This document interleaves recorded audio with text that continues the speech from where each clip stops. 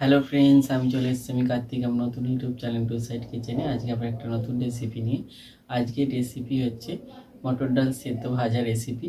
সেটা বানাতে কি কি উপকরণ লাগে আসুন দেখাই। তার আগে একটা কথা বলে দিই, আমার চ্যানেলে যেসব ভিডিও ছাড়া আছে আমাদের যদি ভালো লেগে থাকে অবশ্যই লাইক কমেন্ট শেয়ার করবেন ও বেশি বেশি করে শেয়ার করবেন। আপনি যদি আমার চ্যানেল নতুন হয়ে থাকেন প্লিজ সাবস্ক্রাইব করে দেবেন ও নিচে বেল নোটিফিকেশানটা অলে করে দেবেন যাতে আমার ভিডিও আপনাদের কাছে আগে পৌঁছে যায়।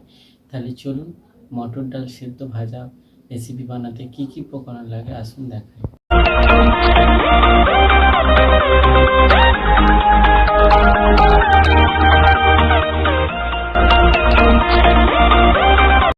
চলুন তাহলে সেদ্ধ মটর ডাল ভাজা রেসিপি বানাতে কি কি উপকরণ লাগে দেখিয়ে দিই। তার আগে একটা কথা বলে দিই, ভিডিওটা প্রথম থেকে শেষ অবধি দেখার অনুরোধ রইল। তাহলে চলুন রেসিপিটা শুরু করি। এখানে আমি মটর ডালকে ভালো করে ধুয়ে ভিজিয়ে রেখেছিলাম, এটাকে সেদ্ধ করে নিয়েছি।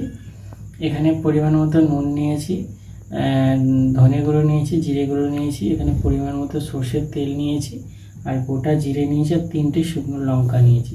তাহলে চলুন রেসিপিটা শুরু করি।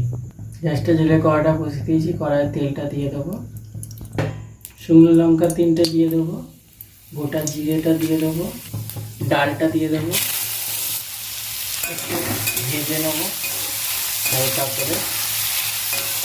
পরিমাণ মতো নুন দিয়ে দেবো, নুনটা দিয়ে ভেজে নেবো। ডালটা হালকা করে ভেজে নিয়েছি, এবার দিয়ে দেবো জিরে গুঁড়ো, ধনে গুঁড়ো, এবার ভালো করে ভেজে নেবো। আমার মটর ডাল ভাজা রেসিপিটা রেডি হয়ে গেছে, এটা নামিয়ে নেবো। দেখুন আমার সিদ্ধ মটর ডাল ভাজা রেসিপিটা রেডি হয়ে গেছে। এই রেসিপিটা যদি আপনাদের ভালো লেগে থাকে অবশ্যই লাইক কমেন্ট শেয়ার করবেন ও বেশি বেশি করে শেয়ার করবেন, আর প্লিজ সাবস্ক্রাইব করে দেবেন, আমাদের পাশে থাকবেন। চলুন তাহলে দেখা হচ্ছে নেক্সট ভিডিওতে। এরকম নিত্য নতুন ভিডিও পাওয়ার জন্য আমাদের চ্যানেলটাকে অবশ্যই সাবস্ক্রাইব করুন, আমাদের পাশে থাকবেন। চলুন তাহলে দেখা হচ্ছে নেক্সট ভিডিওতে।